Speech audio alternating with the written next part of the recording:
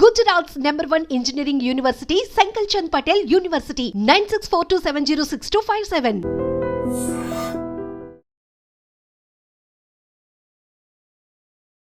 Hi hello namaste welcome back to iDream media. ఈరోజు మనతో ఉన్నారు హైకోర్టు అడ్వకేట్ అయిన పృథ్వీ గారు. ముఖ్యంగా అమెరికాలో డిపెండెంట్ వీసా మీద ఉండే పీపుల్, ముఖ్యంగా ఎవరైతే గ్రీన్ కార్డ్ మీద వెళ్తారో వాళ్ళని డిపెండెంట్ చేసుకున్న పేరెంట్స్ అయి ఉండొచ్చు, స్పౌస్ అయి ఉండొచ్చు, వీళ్ళు ఎలాంటి సిచ్యువేషన్స్ ఫేస్ చేస్తున్నారనే దానిపై ఒక వీడియో మనకి ప్రొవైడ్ చేయబోతున్నారు పృథ్వీ గారు.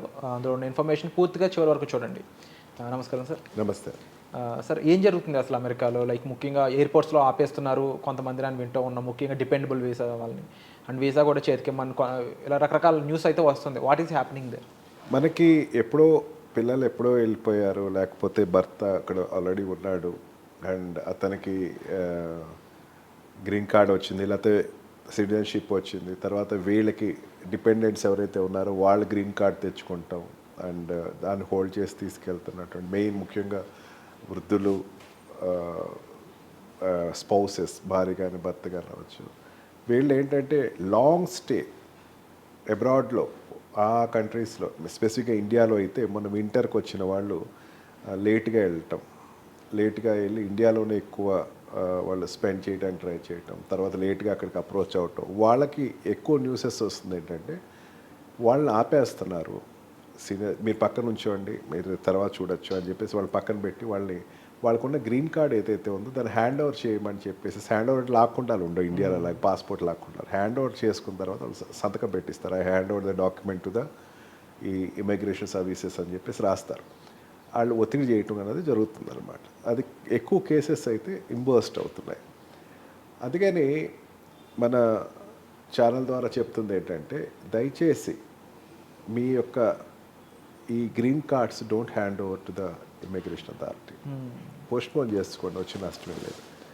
ఆర్ నేను అక్కడికి వెళ్ళి హ్యాండ్ ఓవర్ చేస్తాను, I will speak with attorney. బలవంతం ఎవరు పెట్టరు and they can't stop you. First ఒత్తిడి చేసినంత మాత్రం హ్యాండ్ ఓవర్ చేస్తే ఏమవుద్దంటే మీకు ఫర్ ఎవర్ మీరు యూఎస్ వెళ్ళేటువంటి ఆపర్చునిటీ అని మిస్ అవుతుంది. వాళ్ళు చెప్తారు అక్కడ, మీరు ఇచ్చేసేసేయండి, తర్వాత మళ్ళీ మీరు అప్లై చేసుకోండి, ఇంకోటి వీసా జనరల్ లైన్స్లో అప్లై చేయండి అని చెప్తాను. Don't heed them. వాళ్ళు వినకండి దయచేసి. డోంట్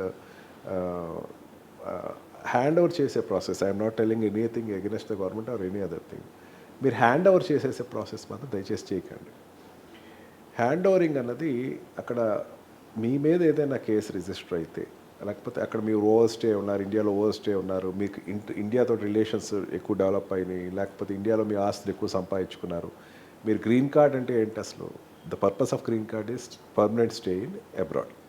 అది వదిలేసేసి నువ్వు ఇండియాలో స్పెండ్ చేసి నువ్వు రిలేషన్స్ ఎస్టాబ్లిష్ చేసుకుని నువ్వు మళ్ళీ పొలిటికల్గా ఎండ్స్లోకి వెళ్తున్నావు అనేది మాకు సెక్యూరిటీకి ఇబ్బందిగా ఉంది. నువ్వు అక్కడ ఏ కార్యకలాపాలు చేస్తున్నావు మాకు అర్థం కావట్లేదు. నువ్వు యూఎస్లో ఉండాలి కానీ ఇంకో కంట్రీకి వెళ్ళి నువ్వు India is no more your country, you said that నేను సరెండర్ చేసేస్తున్నాను, ఇండియా నుంచి సిటిజన్షిప్ కూడా వదిలేసుకుంటాను అంటే నీకు గ్రీన్ కార్డ్ ఇస్తారు. అక్కడ ఉంటారు. గ్రీన్ కార్డ్ ఎవరు తీసుకున్నా సరే వాళ్ళకి ఇంకా ఇండియన్ సిటిజన్షిప్ లేనట్టే. ఇండియన్ సిటిజన్షిప్ లేకపోవటం కాదు, అక్కడ కంట్రీకి పర్మనెంట్గా నేను ఇక్కడ ఉంటాను అని చెప్పేసి నమ్మగలుగుతున్నాను. పర్మనెంట్గా ఉంటాం అంటే తర్వాత గ్రీన్ కార్డ్ వాడు సిటిజన్షిప్ అప్లై చేసుకుంటాం కావద్దు. సిటిజన్షిప్ డైరెక్ట్ అప్లై చేసుకుంటానికి ఇట్స్ ఏ ట్రాన్సాక్ట్ అని చెప్పచ్చు.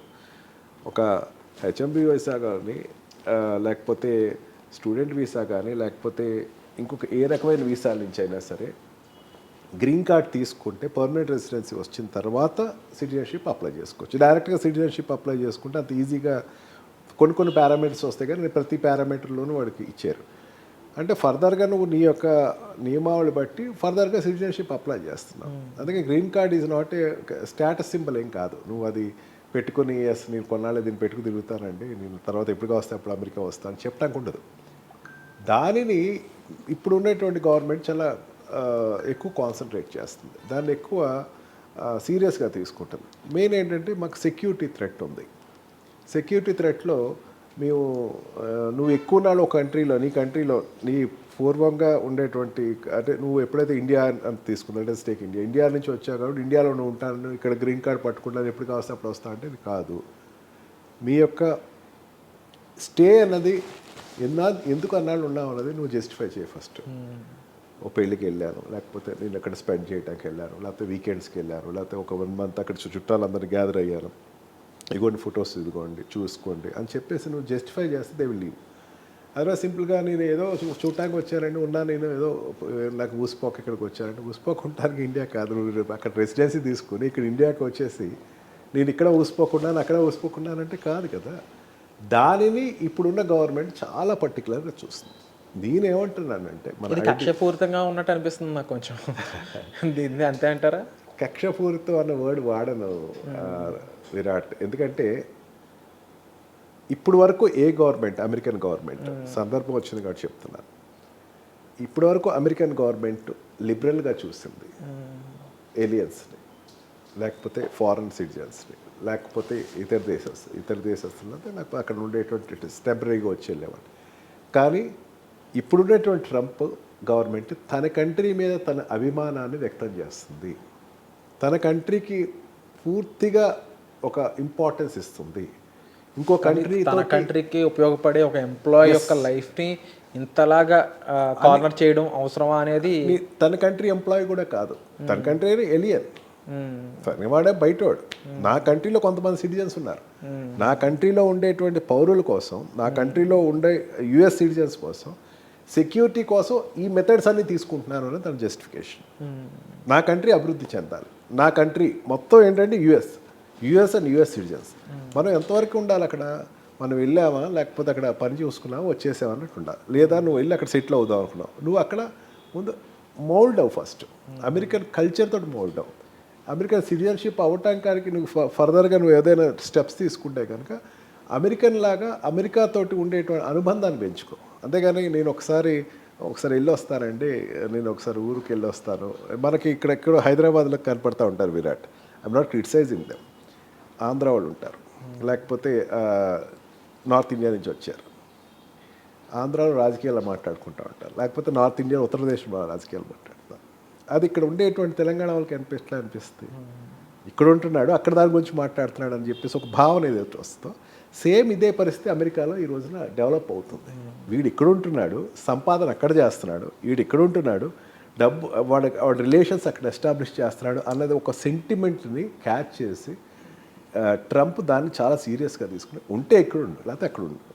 ఇక్కడ అక్కడ నువ్వు ఏదో పరిగెత్తి గాలిపేటలాగా ఇక్కడ తెగితే ఇక్కడ ఉంటారు, లేకపోతే వెళ్ళిపోయేట వెళ్తా అన్నది కాదు అన్నది ట్రంప్ యొక్క ఉద్దేశం. నేనంటుందంటే ఈ సిచ్యువేషన్లో గ్రీన్ కార్డ్ ఉంటే don't hand over the green card to the authorities. మీకు రైట్, గ్రీన్ కార్డ్ అన్నది వాళ్ళు హ్యాండ్ ఓవర్ చేస్తే ఫర్ ఎవర్ మీరు వెళ్ళారు. ఆ కంట్రీలో కోర్ట్స్ ఉన్నాయి, ఆ కోర్టులో నీ కేసు వేసుకున్నాను, నా కార్డు అడుగుతున్నారండి, కేసు ఫైల్ చేసుకుంటే జస్టిఫికేషన్ చేసుకుని ఎస్ మీరు ఇచ్చేసేయాల్సి వస్తే అన్ని సందర్భం తప్ప మీరు ఊరికే హ్యాండ్ ఓవర్ చేసే టికెట్ మాత్రం కాదు. అంటే అలాంటి టైంలో ఒక గెస్టెడ్ ఆఫీసర్ అనుకోవచ్చు, లేదా ఒక పోలీస్ ఆఫీసర్, లేదా కొంచెం పవర్ఫుల్లో ఉన్న పర్సన్ వచ్చి ఆ కంట్రీ పైగా వేరే కంట్రీ పర్సన్ మనల్ని అడిగినప్పుడు భయంతోనో ఇంకొక ఫీలింగ్తో ఇచ్చేయడం అనేది జరిగే ఛాన్సెస్ ఉంటాయి కదా. మరి అలాంటి వాళ్ళు ఎలా డిఫెండ్ చేసుకోవాలి ఆ టైంలో? నేను అంటుంది అదే, యుఎస్ ఇమిగ్రేషన్ అథారిటీస్ కానీ ఏ కంట్రీ అథారిటీస్ కానీ బలవంతం చేయదు. నీ రాయండి, ఇక్కడ రాయండి, హ్యాండ్ ఓవర్ చేయండి, బెనిఫిట్స్ చెప్తే నువ్వు హ్యాండ్ ఓవర్ చేయి, మళ్ళీ రావచ్చు ఇక్కడికి, నువ్వు హ్యాండ్ ఓవర్ చేసి కన్విన్స్ చేసేది.